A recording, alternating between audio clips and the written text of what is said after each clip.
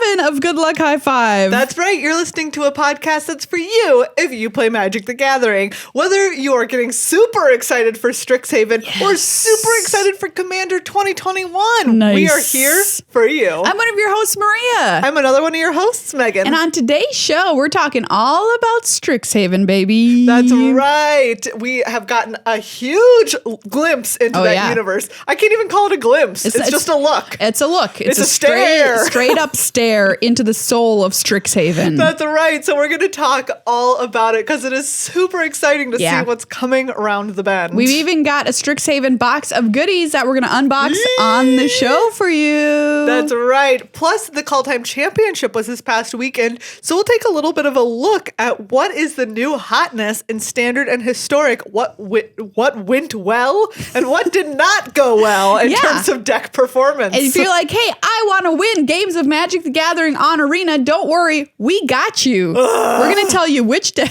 Megan already is mad about it. I'm already mad about it. Which decks to play. If you want to ladder up, if you want to get those W's, we've got you covered in Standard and Historic. You can win, but at what cost? At what cost? I mean, you do have to ask yourself that with some of these decks. But before we do any of that, huge thank you to everybody who's a supporter over on patreon.com/GLHF Magic. That's right. Thank you so much to everyone who has become a patron of the podcast, but especially to Alex, Aaron, and Matthew. Yay! Shout out, friends. Thank you so much for becoming patrons in this past week. It really does mean the world to us. Yeah, such a few percentage number of our listeners actually support us. You might be listening and thinking, oh, it's fine. I bet a lot of people support them. Answer, no. It's this very, very minuscule fraction. We call it the less than 1% club. So if you're like, that seems pretty low, you're right. And you can help that number go up by becoming a patron. It takes no time at all. And it's such a low dollar amount compared to hopefully the value that you get every single week. That's right. Thank you as well to our sponsor, Card Kingdom, cardkingdom.com/GLHF. A great place to go if you are excited about Strixhaven. Yes. They've got Strixhaven pre-orders available right now. If you want to go and get your box, go over to cardkingdom.com/GLHF. Use our affiliate link to buy whatever you need over there. They'll get you that Strixhaven box as soon as possible. Literally as once soon as it's they released. can. Yep. And say you want a Good Luck High Five token or sticker, they'll throw one in your order for free. Whoa, value. What's free anymore these days, you know? Yeah. I'm really coming up short, man. I was going to say grass, but you do have to pay for grass if you want grass. Yeah, if you want new grass. Yeah, if you want new grass. If you want current grass. Also, grass is bad. I'm serious. I just it's bad for the environment. I know this sounds like a dare campaign right now. Do you mean lawns? Do you mean lawns? Okay. I mean lawns are bad. Lawns are bad, everybody. Okay, this is now an anti-lawn show. You think you know where, you think like, oh, I can imagine what tangents we might go on this episode. That one came out of left field for me.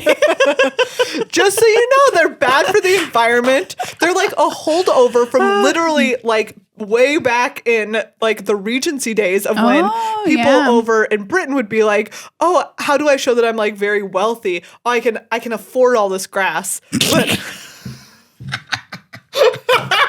check out my sweet stash of grass. Check out my lawn. But no, it's so much better to plant some like local wildflowers, you know, get yourself a little garden going, plant some trees. Lawns are bad. I'm growing some milkweed for the first time. There you go. Which encourages like butterflies to stop by on their journey south. You want butterflies. Yeah.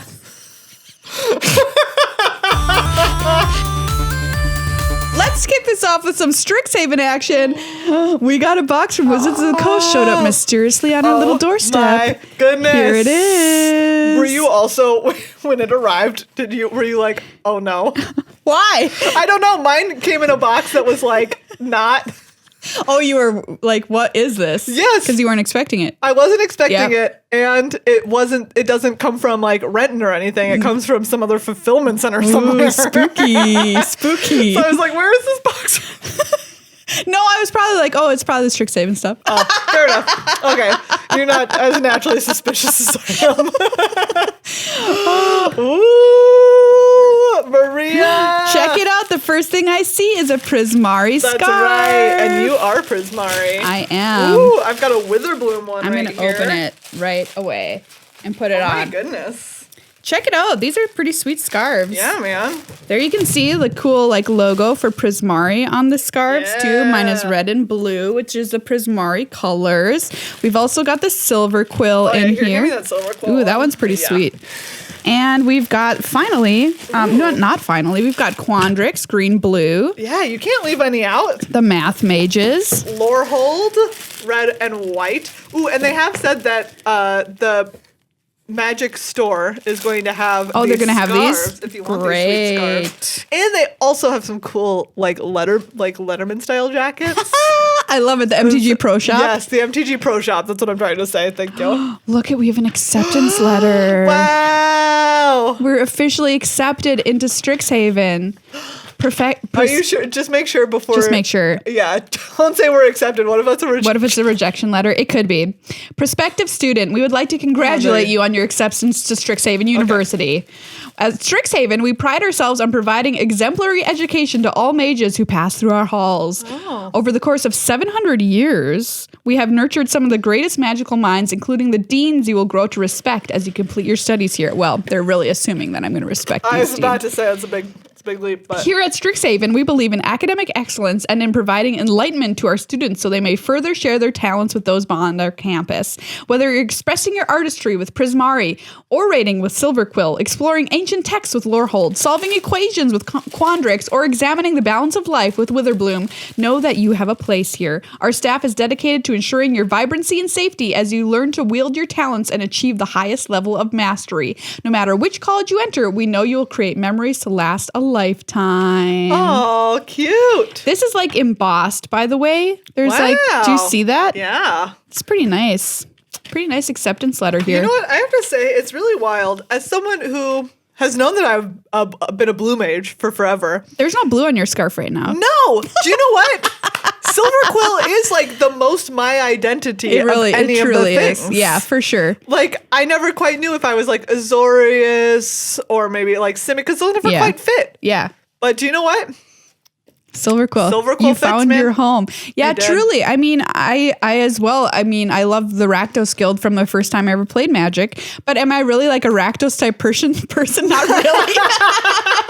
Like that does not really describe my personality or anything. But Prismari is like, dead on, right? Yeah. This is who I am, Prismari, unfortunately, but that's where we are. Do I wish I was a Witherbloom? Yeah, probably. Am I? No. Yeah. We just have to accept our reality sometimes. It's true. Oh, what else do we have in here? Oh. Ooh, what is this? It says Elderwood Academy. It's like a velvet bag. Oh. Oh, it's heavy. What is this? I don't know. Oh, it's like, look, it looks like a Strixhaven book. It's cute. This is so cool. I love it. On the back are all the symbols of the colleges and it has a little latch and it opens up to be, it's a storage box. Cute. You can put your deck box, there's spots for dice, there's spots for a pen. I don't know what goes in here. These tiny little, I don't know. whatever you Other want. dice. Look at everyone. You can see the camera and our monitor if you're watching the video version because there's a mirror in this. Hi. This is great. Look at that. Ooh, this is really cool. Ooh, we've got some pins here. Strixhaven pins with one for each guild, which are great if you're a pin collector. I know a lot of people are. You would call me one. My jacket has so many pins on it. And then we've got a stamp pad. Ooh. What is it stamp? I don't know. I'm like, is there a stamp in here? No. Well, we've got a stamp pad now. Okay. Now I feel like we're supposed to figure out what we're stamping. Oh, it could be a clue. I don't know. There's nothing else in this bag. What do you stamp? Well, we'll find something to stamp, no doubt. We will. Here on Good Luck High Five.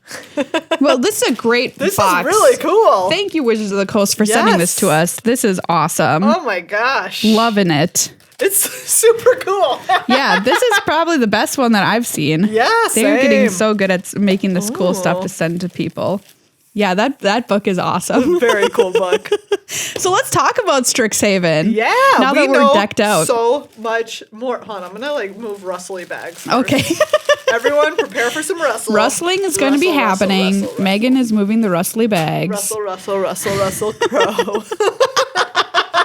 Russell Crowe. When's the last time you thought about Russell Crowe? Gosh, probably when I was watching Master and Commander. No, I've never Gladiator. seen it. I have seen Gladiator. I fell asleep during it in the movie theater, I have to say. No, when I was watching Last Week Tonight with John Oliver, who was auctioning off bits of Russell Crowe like memorabilia, like his leather jockstrap from some movie. So like a year, I guess. Weird. Wow, only a year. Yeah, not long. That's not much. Not long. Yeah, Gladiator is like a very grim movie, and the color palette is like pretty drab. But I do remember watching it like the more recent time that I watched it, which was still probably like 6 years ago. Yeah. I was like, oh, it is a good movie. Is it? It is. Okay. But I still maintain that it's not as good as the film that it beat for Best Picture, Crouching Tiger, Hidden Dragon. Oh, it did. Which is better. Interesting. I would have guessed that Crouching Tiger won. No, Crouching Tiger, they, of course, gave Best Foreign Film. But I think it was also nominated for Best Picture, and Gladiator won, and it was just dumb because Crouching Tiger is Look, better. Anyways. The Oscars have a track record of being pretty wrong about many things. They're pretty wrong about stuff. But let's talk Strixhaven. Yes, anyways. You mean you don't want to talk about Gladiator? I mean, I will, gladly. You don't want to talk about some Best Picture controversy that's over a decade old? Are you kidding me? I can talk for about 30 years about the fact that Brokeback did not win Best Picture and Crash did. What? Oh, everyone knows that was the biggest mistake. That's one of the biggest glaring mistakes that they've ever made. Just offends me to my very core of my being. I remember I watched Crash several years after it came out. Yeah. But I was like, this movie is so bad. Yes, it is bad. That movie's bad, and also so bad. Does not hold up. No, it does not hold up. And like, there's stuff in it that you watch it today, and you're like, ooh. You're like, God. Yeah. And Brokeback Mountain is a perfect masterpiece by Ang Lee. Anyway. Yes. But at least Moonlight did win. Yes, that's true. Moonlight, also incredible. This is really becoming a very... This is now a movie podcast. Where we pick any given Oscars controversy. And we just go in, we just dive deep. That'll be Anyways. This is coming up soon from Good Luck High Five Production Studios. Oscar controversies. Anyways.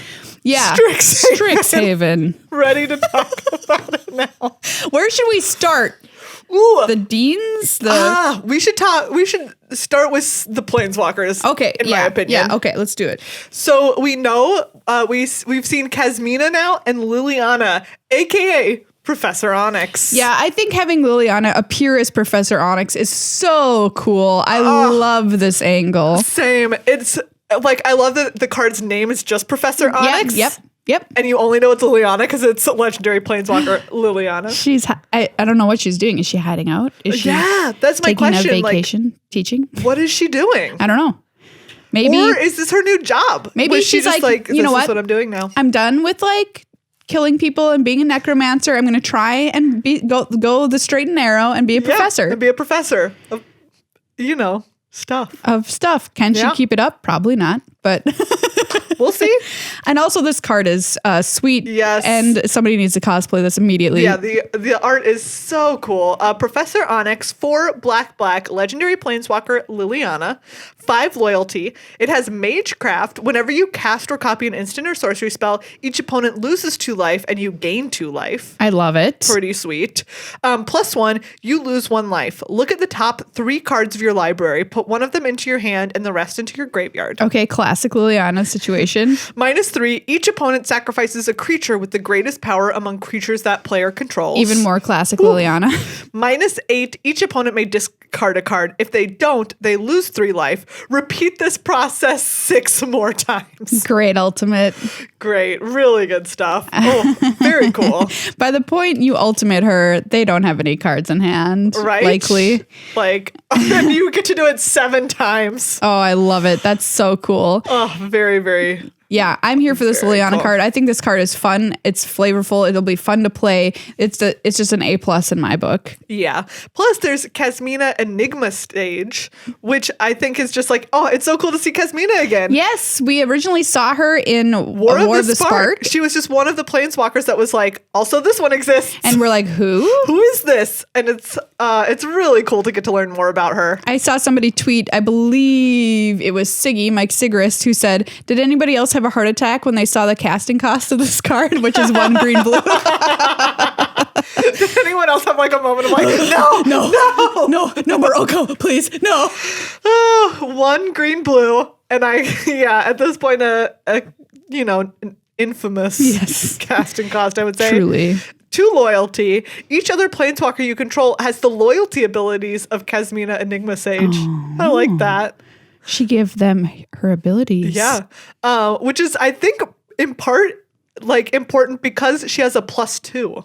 So you're giving, like, planeswalkers that wouldn't usually have a +2 ability, a +2, which Speaking is like of those War of the Spark Walkers, this is an ultimate nightmare with her and Narset. Oh, yeah. Like, all of a sudden, those War of the Spark planeswalkers can go up and down? Yep. Wow.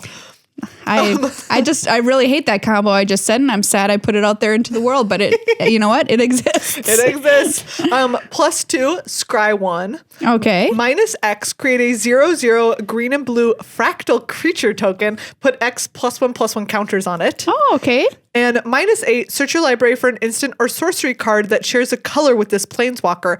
Exile that card, then shuffle. You may cast that card without paying its mana cost. Interesting. Yeah. Okay, well, this card seems pretty fun I think brewers will love this card. Yes. And not like, I don't want to be like too early on this, but not OP like Oko. Yeah, no. It's not just elking things left We're not and right. elking. The best we can do here is make a 2/2. Exactly. Like, let's not. Which I accept. Yeah. But then we also know, so we have Rowan and Will are back, which are the Kenrith twins, who are originally from Eldraine. Yep. Like, that's their home plane. Yeah. And this is like the first time that we've seen them in a set, right? In like a main set. What were they from? Their Planeswalker card. I think that they were from like dual decks or commander decks. What were they from? I'm not sure, actually. Okay, because people play their Planeswalker cards sometimes and silly draw 2 decks. No, you're right. What was their Rowan and Will card? Yeah, that's what I'm thinking of. Rowan and Will. What was... I don't remember. Were they from Throne of Eldraine? I feel like maybe they were. It's gotta be, right? What was it called even? The Royal Scions. The Royal Scions, yeah. Oh, from Eldraine. Okay. Yeah. So that we have seen them in a set, but this is the first time that we've seen them in a set, each with their quote-unquote own card. Yeah, they are one on the back, one on the front. Yes. Frontsies backsies is the technical term. Frontsies backsies. For these two. And I just think it's so cool because you have Rowan, Scholar of Sparks, and Will, Scholar of Frost. Love it. Yes. And a lot of people were like, ooh, are they going to be the theater kids of this college? And it's yes. They really are. Absolutely. They are the stars of every musical. Yes. Rowan, Scholar of Sparks, 2 in a red. Instant and sorcery spells you cast cost 1 less to cast. It's a static. +1, Rowan, Scholar of Sparks, deals 1 damage to each opponent. If you've drawn 3 or more cards this turn, she deals 3 damage to each opponent instead. Sick. -4, you get an emblem with whenever you cast an instant or sorcery spell, you may pay 2. If you do copy that spell, you may choose new targets for the copy. Oh, that's a fun walker. Yeah, that's pretty cool. But if you're like, hey, I don't want to play that. I've got more mana and it's blue. You can play the brother. Will, Scholar of Frost. This is 4 and a blue for a 4 loyalty walker. Instant and sorcery spells you cast cost 1 less to cast. So it's the same. That's good. Yeah, same static. +1, up to 1 target creature has base power and toughness 0-2 until your next turn. All right. -3, draw 2 cards. Yes. All right. -7, exile up to 5 target permanents. For each permanent exiled this way, its controller creates a 4/4 blue and red elemental creature token. Oh, neat. Yeah. So you can like do it on yourself. Exile 5 lands and just make 5 4/4s. Check out my army of elephants over here. Yeah, pretty Cool. I also think it's really cool, right? If you were playing, say, a blue-red deck, Yep. you could have 4 copies of this card in your deck, and you're not going to end up in a place where if you played Rowan early and you have one in your hand, it's going to be dead because you can just play the other side. Will. And it doesn't legendary itself. I love that. Which is, I think, just like a very cool thing. Yeah, this is awesome. This is a great, like these two are a great pair. Oh, it's so Excellent very design. cool. And I also can't wait to see, we've heard like a little bit that Luca's going to be here. Yes. And that, he's also figuring himself out or Poor whatever. Luca got a tough shake of it the first time he was printed. Yeah. Oh, Remember? He was part of that busted combo. Yep, he really was. Bannerino. Sorry. Did he get Was he banned or was his... I think that his best friend, Agent of Treachery, was banned. That's it. Agent of Treachery. His very good friend. His very good friend, Agent of very Treachery, good friend, Agent of got Treachery was banned. banned. And then nobody played him anymore. It was just like, if you don't... look, Like, if you're I'm not coming to the only party... inviting you to the party if Agent comes with you. Because, like, you're fine, but, like, we really just want Agent of Treachery at this party. You. Yeah. Really the person that we're trying to get as Agent of Treachery. Yeah, if we just asked Agent of Treachery outright, they would not come. It would just be like, it's a whole ordeal. Yeah, so thank you. Poor guy. Oh, poor Luca. So hopefully Luca gets some love here in this. Yes, exactly. For his own abilities and not just his minuses. Yes. For also his pluses. Yeah. Do you know what? He's got plenty of pluses. That's right. That's right, Luca. We believe in you. Ooh, so we also know the mechanics that Yes, let's talk about coming these. Here. There's Magecraft. Cool. Which is a new ability keyword. So that means like it has its own text line, right? Like it's called Magecraft, but it really is just like a little marker for other text that comes later. Right. Which is always whenever you cast or copy an instant or sorcery spell, some ability. Correct. Which is very cool. I mean, I love stuff that pays off for playing instants and sorceries. For sure. And also copying them. Yes. Ooh, and copying them. Like we have Witherbloom Apprentice. Whenever you cast or copy an instant or sorcery spell, each opponent loses 1 life and you gain 1 life. A+. Kind of like Liliana's. Love it. Yes. Or you have Archmage Emeritus. 2 blue for a human wizard. It's a 2/2 Magecraft. Whenever you cast or copy an instant or sorcery spell, draw a card. Sick. Great, obviously. Yeah, I think this is excellent. I asked on the upkeep if you thought this was replacing Prowess. Yes. Great question. I don't think so because this is like its own set mechanic. Yeah. Right? So this will only happen in sets where Magecraft is a mechanic of the set. Whereas Prowess is now just whenever. Yeah, evergreen. Or not even like, right, they've kind of moved away from Prowess into, I feel like they kind of gave it some, right? They've also made other versions of Prowess since then. I think they've moved away from it as well, but I don't know why I'm thinking that. I must have read it somewhere. Yeah. But I don't quite know why. Why they moved away from it? Yeah. Yeah. I think it was fine. I like Prowess. I don't know. I like Prowess. Yeah, for sure.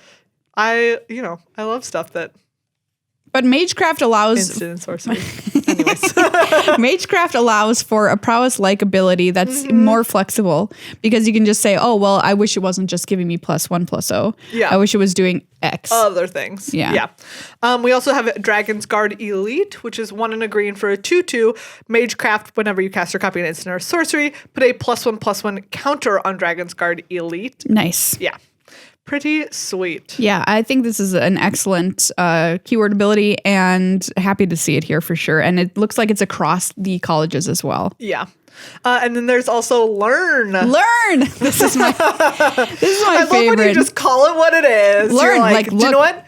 It's a university. It's a college. What are you doing? You're learning. They weren't going to make it all fancy and be like knowledge acquired or whatever. Learn. Learn is you may reveal a lesson card you own from outside the game and put it into your hand, or discard a card to draw a card. So you can do one. You can do either, whatever you want. Yeah. So if you don't have lessons in your sideboard, or maybe you're playing Commander and you just want to go ahead and discard and draw. Yeah. But there is obviously now a new subtype, which is lesson. Yes. So we have cards like Pest Summoning, which is sorcery lesson. 1 hybrid green black, create 2 1/1 black and green pest creature tokens with when this creature dies, you gain 1 life. This will be so interesting in draft too, right? Like, how highly do you pick these lessons? Yeah. With, or like learn card. Yeah.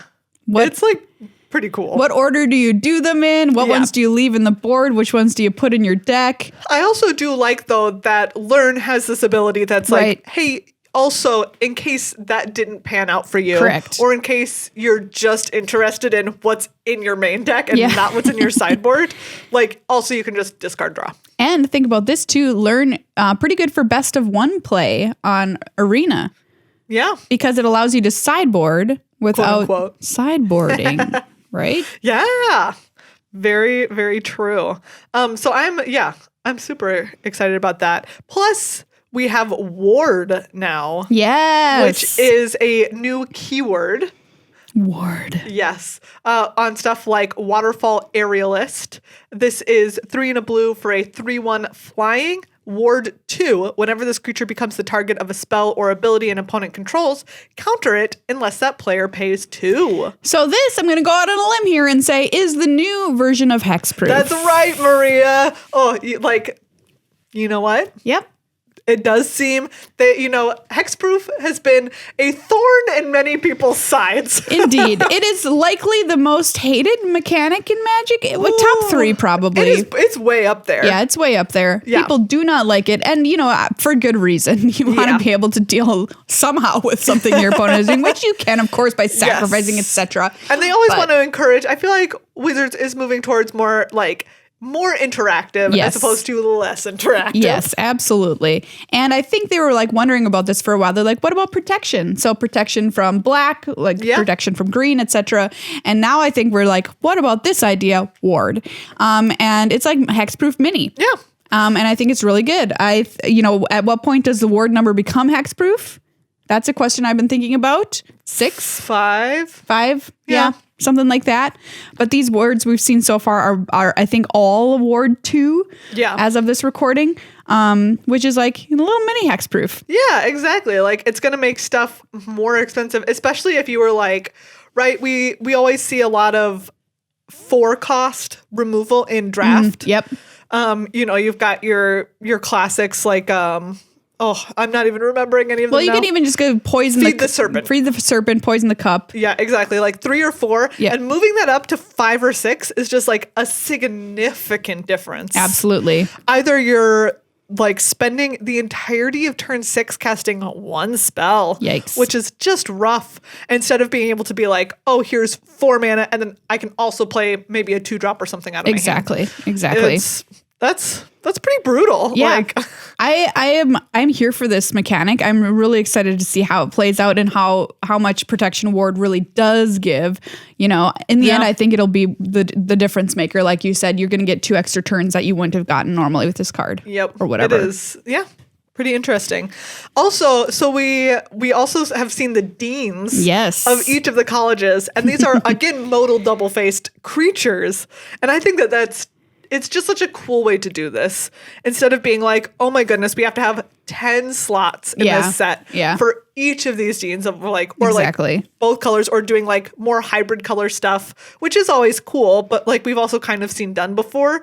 So instead being like, oh hey, there's like one dean of like a monocolored dean. And there's a pair for the college. If your name is Dean and you play Magic, this is going to be a tough time for you. You're going to be... You're going to think people are talking to you all the time. I play my Dean. What? So we have Shaylee, Dean of Radiance. Or yeah, I'm going to go Shaylee. Yeah. Dean of Radiance. 1 and a white for a 1/1 flying vigilance. Tap, put a +1/+1 counter on each creature that entered the battlefield under your control this turn. Love it. Snaps. And then the other side is Embrose, Dean of Shadow. Wow. 2 black for a 4/4. Tap, put a +1/+1 counter on another target creature. Then Embrose, Dean of Shadow, deals 2 damage to that creature. Whenever a creature you control with a +1/+1 counter on it dies, draw a card. Wow, these two deans, like, they kind of don't like each other, but they have to work for the same school. Yeah, exactly. That is a little bit what the Silver Quill Dean pair is. They're just like, I'll have my office hours opposite you. It's fine. Yes. And then for Quandrix, we have Kiana, Dean of Substance, which also, I love her look. She looks great. She looks great. She's wearing some ferns. Like, she's wearing ferns. I love her glasses. All right. 2 and a green for a 2/2. Elf Druid, tap, exile a top card of your library. If it's a land card, put it into your hand. Otherwise, put a study counter on it. Study counter. 4 and a green, create a 0/0 green and blue fractal creature token. Put a +1/+1 counter on it for each different mana value among non-land cards you own in exile with study counters on them. Wow, study counters. I wonder if we're going to see that pop up more in Quandrix. Yeah. And then Ibrahim, Dean of Theory. Jeez. Don't take this person's class. You will fail. 2 blue for a 3/3 flying. X blue tap. Exile the top X cards of your library and put a study counter on each of them. Then you may put a card you own in exile with a study counter on it into your hand. Okay. Nice. Wow. That's a pretty spicy dean pair. Can I already say, I know these deans are complicated because they're deans of the school, but even with, I think we're giving our Kaldheim a run for its money as far as words on cards as rule text goes. Good gravy. Yeah, it is a pretty high, yeah. Another high complexity set, perhaps. Mm-hmm. Jeez Louise. Plarg,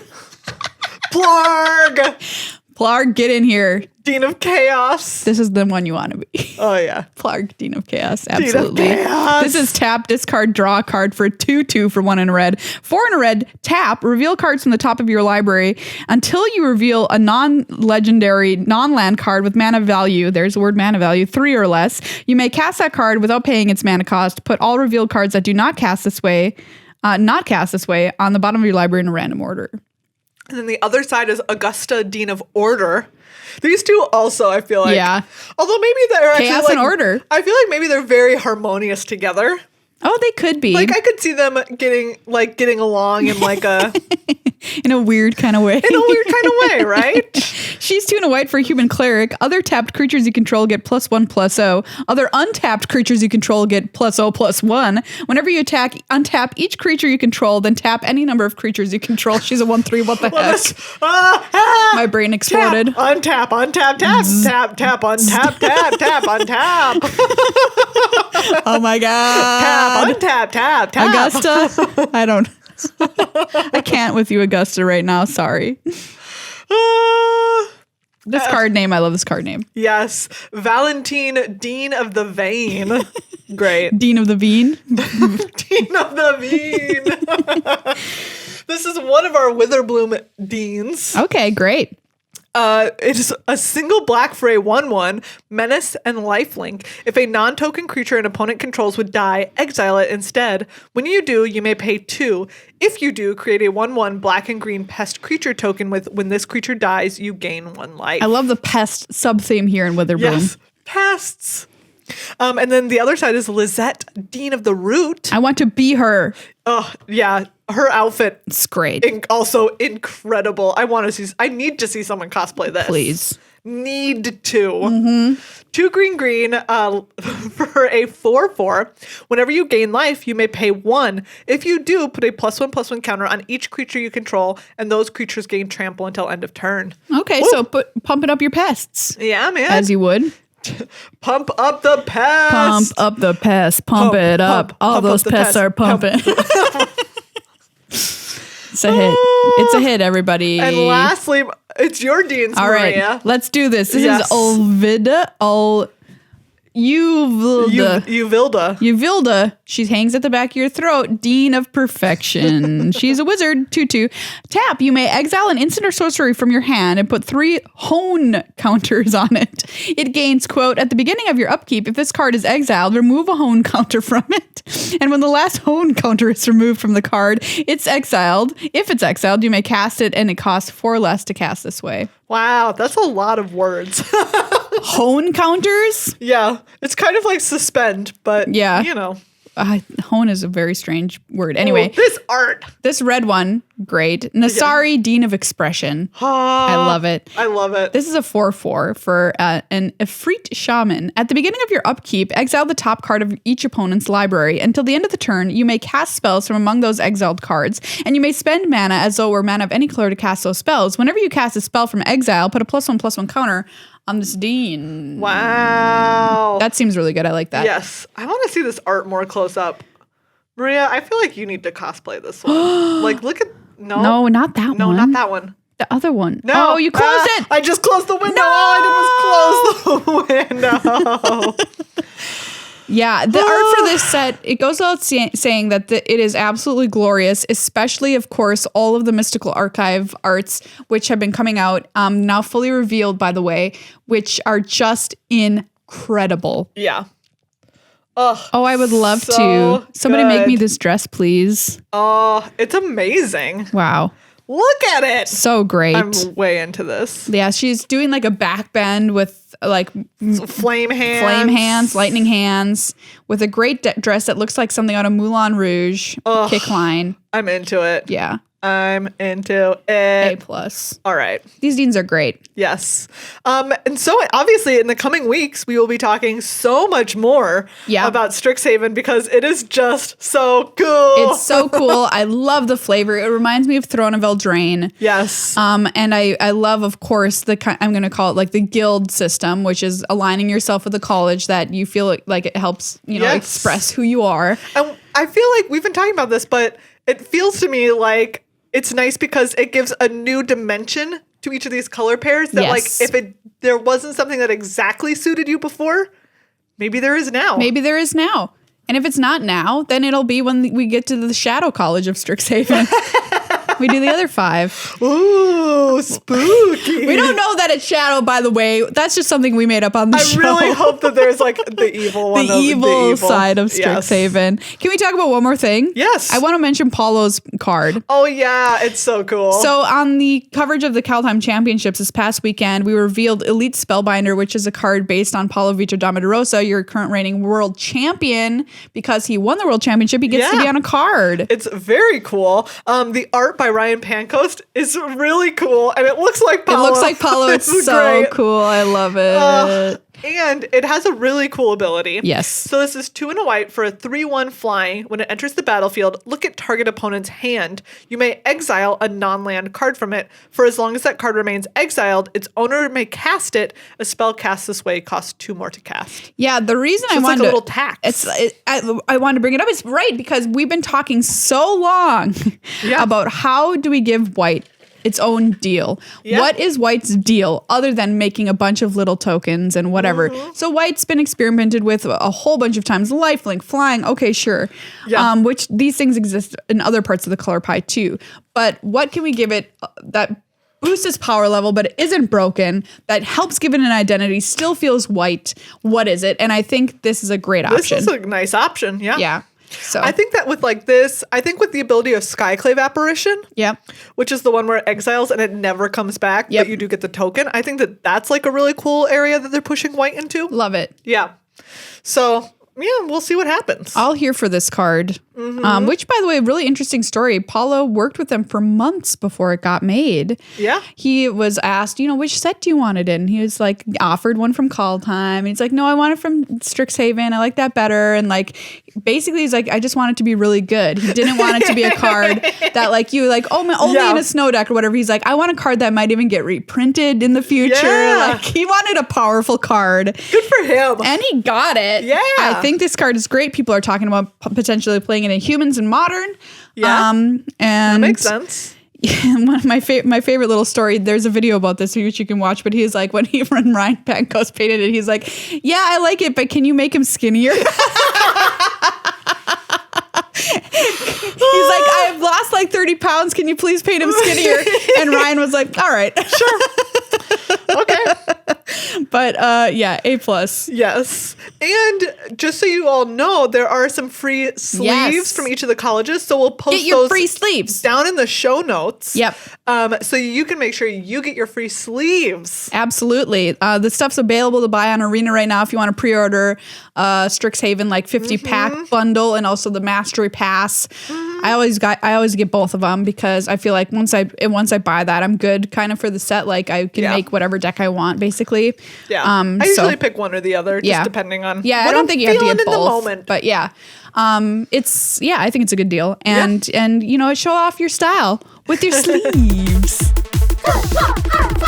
We're going to talk about the Kaldheim Championship, everybody. That's right.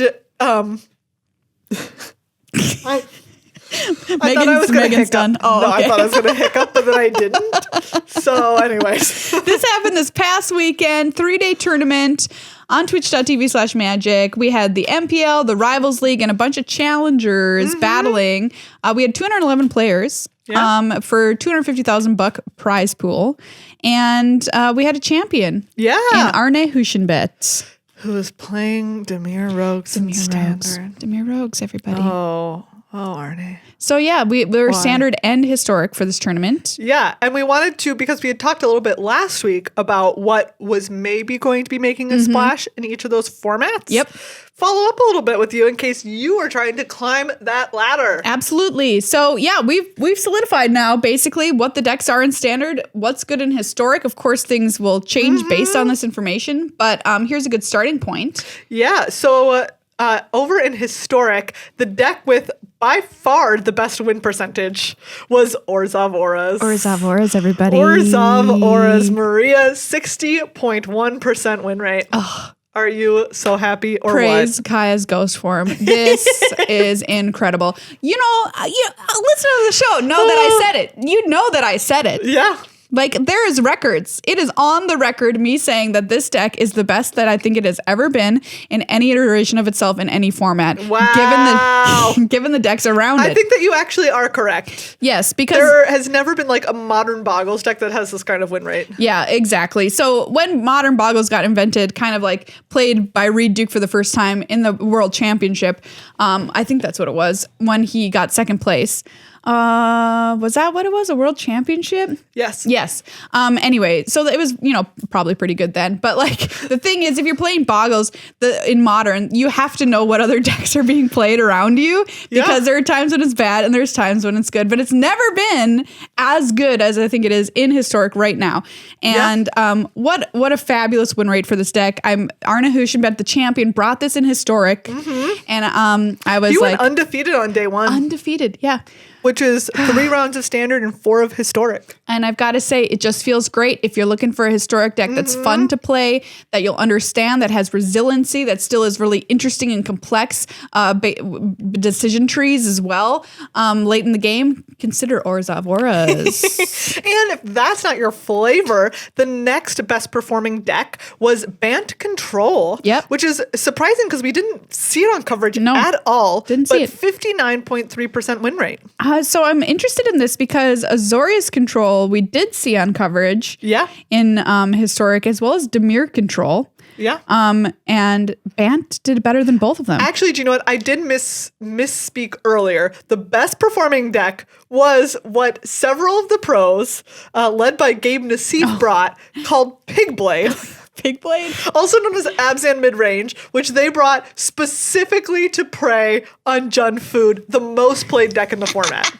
The bad news for them was that it was kind of bad against like some other decks. It was quite bad against other decks that it did not come to beat. Yeah. But it did still walk away with a 63.4% win rate. All right. That is a little bit skewed by the fact that it did not have a ton of people playing it. I think 4 people brought it. Yeah, it was not a lot. Which is not a big, a lot of sample size. Sample size, yes.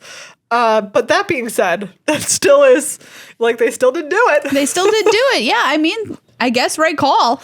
Yes. Yep. Anyways, I also just like that they were calling it Pigblade.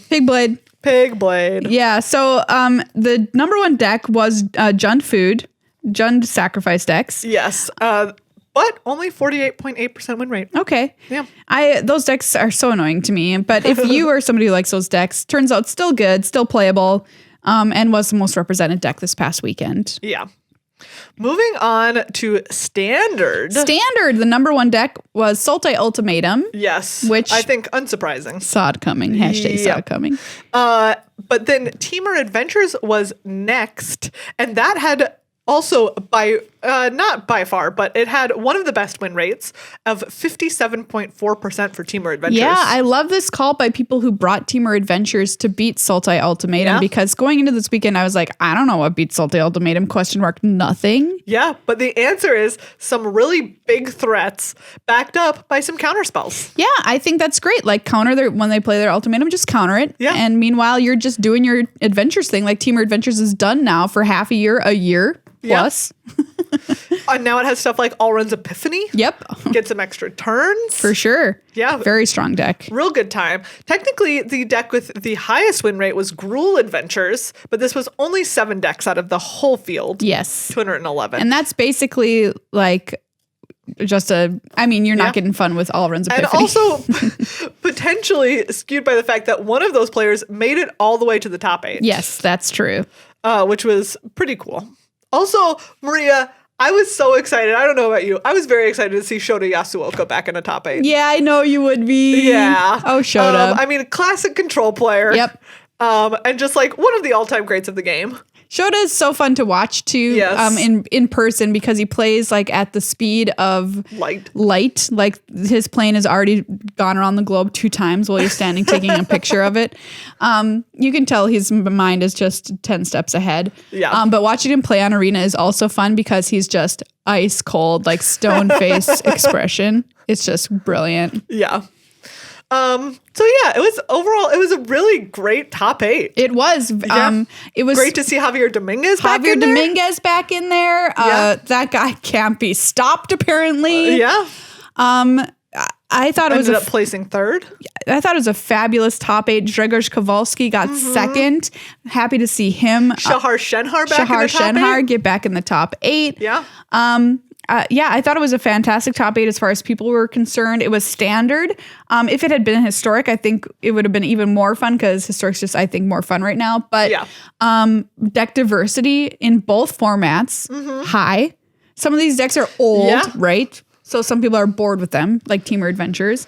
But that being said, we had a lot of different decks. So many different kinds. Across the formats. In Historic, there is a Boros cycling deck that Javier Dominguez brought, which is really cool. Obviously got him into the top 8. Got him into the top 8. Plays Hollow One, if you're a fan of that card from Modern. Wow, that's like wild. Yeah, Hollow One, welcome back into Historic. Yeah. And so there's still things to be explored and found out there, especially in Historic. More cards getting added all the time. And also, I was just happy with at one point I was reading the top 8 and I'm like, all of these are different decks. Yeah, it's pretty cool. At some point in the tournament. Yeah.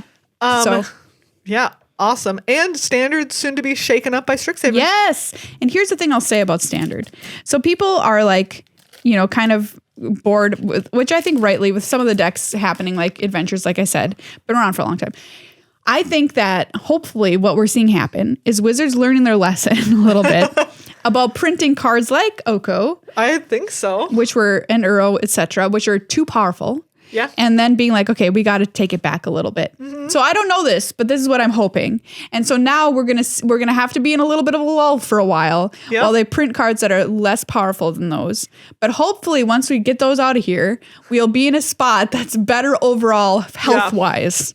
So that's my little guess, but I think we all hope so. Yeah. Do you want to represent your college in Strixhaven? There is an awesome way to do it, and that's Ultra Pro. Ultra Pro. They've got all the Strixhaven stuff, all of the beautiful art from Strixhaven. Yes. Repping your college, Prismari like me. Let everyone know when you sit down and you bust out that deck box that you are a Witherbloom. Absolutely. They've got it on sleeves, deck boxes, binders, play mats, whatever you want. Ultra Pro will have everything. Everything. It's awesome. Yeah, we always are huge fans of them putting all of the awesome art from a set onto their products. If you like this mystical archive stuff, hello. Hello, Ultra Pro. Oh, thank goodness, because I need to look at some of these arts all the time. All the time. I can't wait for them to be on Arena. All the time. All the time. And a lot of them to be legal and historic. Oh, I can't wait. I can't wait to see like Ultra Pro playmats with these mystical archive arts. Beautiful. It's going to be so good, you guys. Do you have a favorite? Oh, I hope they print the Japanese version of Opt. That's my current favorite. That was the one that I was thinking of. Yeah. I also am a fan of incredible. the new Faithless Looting, by the way. Some people controversial. are getting after the artist for that. Well, like art is subjective, whatever. Yes. But like I think it's so cool. I love also that a bunch of Magic players are having a conversation about art. Yeah, gotcha. Also, I love that people were like, what is this? And then they're traditionally painted, which is incredible because like the person in that Faithless Looting looks like a photo. Like a photo, yeah. And then we have these kind of more abstract poppy elements over them that are very simple. Oh, it's very cool. I'm also fan. a big fan. Big fan. Yeah. Anyways. Ultra Pro. Ultra Pro.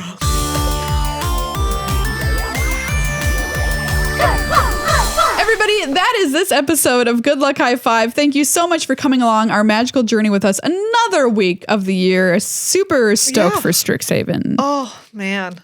I'm so excited. Yeah, it's and we're coming up on it faster than you would think. Next week is going to be the pre-release with Loading Ready Run. The week after that, the pre-release.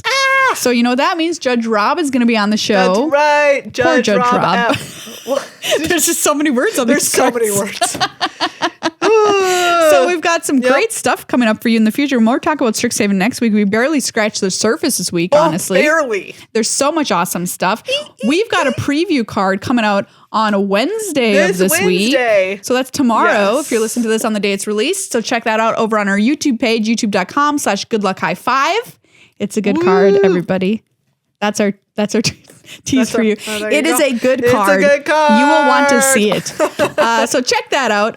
Reminder, you can find us over on patreon.com/GLHF Magic. Become a member. We'll read your name at the next episode, give you a special thanks. Thank you to everybody who's been supporting us a long time as well. It means everything to us, and you do keep the show happening. Check out the Upkeep if you want some magical news in your life. Every Monday, 10 minutes or less. And do you know what? What? I didn't have anything. Do you know what? You know. Okay. You know what? Yeah. Yeah.